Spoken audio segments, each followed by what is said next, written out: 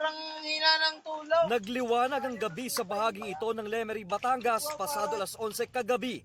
Nasunog ang talahiban na nasa 1,000 square meters ang lawak sa barangay Mataas na Bayan. Ang sunog nagsimula umano sa pagsisiga ng basura.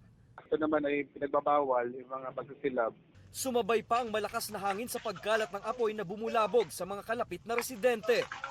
Malapit na sa bahay. Mabilis lang daw na nawala ang apoy at wala namang nadamay na bahay. Paalala ng BFP, iwasan ang pagsisiga sa open field kung saan maraming tuyong dahon na posibleng pagmula ng apoy. Sumiklab din ang wildfire kagabi sa paanan ng Mount Canlaon. Kita ang apoy mula sa La Castellana, Negros Occidental. Last night, nag-request kita sa aerial assessment. This morning, they will conduct the aerial assessment sa area. Inahulat pa naman ang official report ng BFP as to ano ang naging source. Ayon sa Provincial Disaster Management Program Division, naapula rin ito alas 12:30 ng hapon kanina.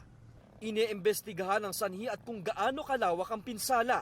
Nagpapatuloy rin ang monitoring sa mga barangay sa paligid ng bulkan. Ayon sa La Castellana LGU, wala namang residenteng apektado pero pinapayuhan silang maging alerto. Ayon sa Canlaon Volcano Observatory, tumaas ang antas ng asupre na ibinuga ng bulkan kahapon at ngayong araw. Pero wala raw itong koneksyon sa wildfire. Nananatili sa alert level 1 o low level unrest ang bulkan.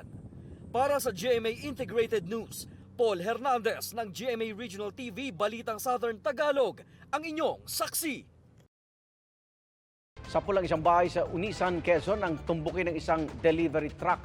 Wasak ang mismong sasakyan na galing Lucena at patungong San Narciso. Then on the spot ang driver nito. Sugatan naman ang 3 pahinante nito at isang babaeng residente sa bahay na nasa gilid ng highway. Patuloy ang investigasyon sa disgrasya.